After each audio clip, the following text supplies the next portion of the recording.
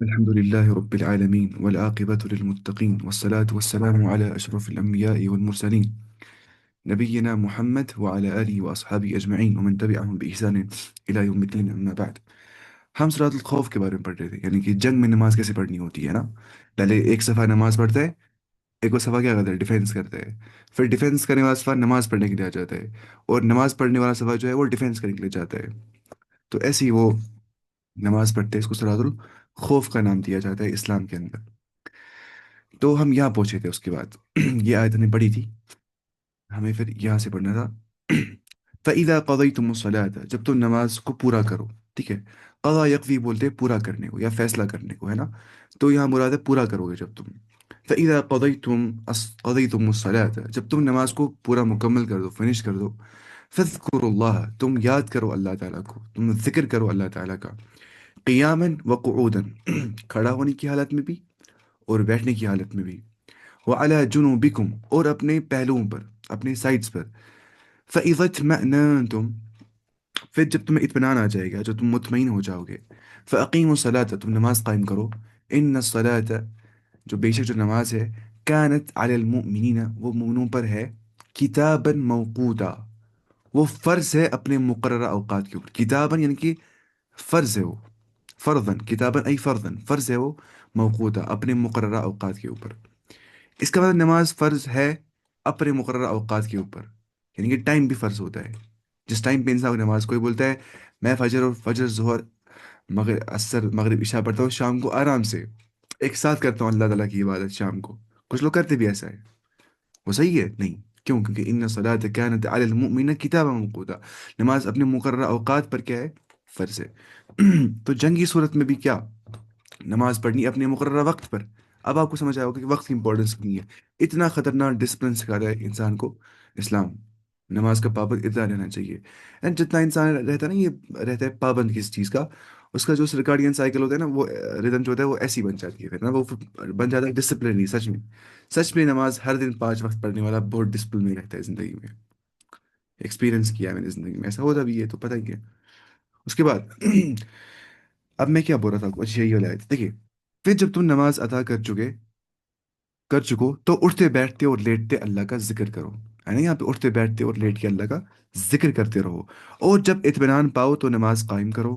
یقیناً نماز مومنوں پر مقررہ وقتوں پر فرض ہے.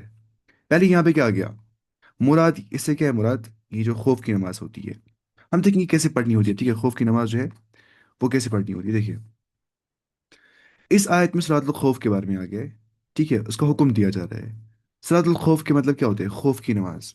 ٹھیک ہے، یہ اس وقت مشروع ہے جب مسلمان اور کافروں کی فوجیں ایک دوسرے کے مقابل جنگ کے لیے تیار کھڑی ہو، اور ایک لمحے کی بھی غفلت مسلمانوں کے لیے سخت خطرناک ثابت ہو سکتی ہے اس موقع پہ.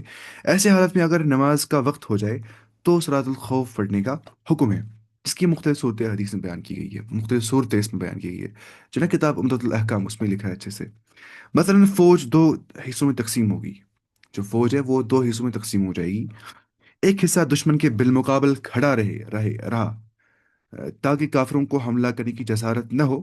اور ایک حصے نے آ کر نبی کریم صلی اللہ علیہ وسلم کے پیچھے نماز پڑھی، ہے نا. ایک ڈیفenس کر رہا ہے، ایک نماز پڑھ رہے. دو گروہ، دو پارٹیز. جب یہ حصہ نماز سے فارغ ہو گیا، جو نماز پڑھ رہے تھے، تو یہ پہلے کی جگہ مورچہ زن ہو گیا. اب یہ رہ گئے ان مورچوں پہ. اب یہ بارڈرز مطلب رہ گئے سائڈ سائڈ سے کیا، ڈیفenس کر رہے. اور مورچہ زن حصہ جو تھا وہ نماز کے لیے آگے، وہ باقی چیزیں بات ہے آلٹرنیٹنگ ہوتی ہے.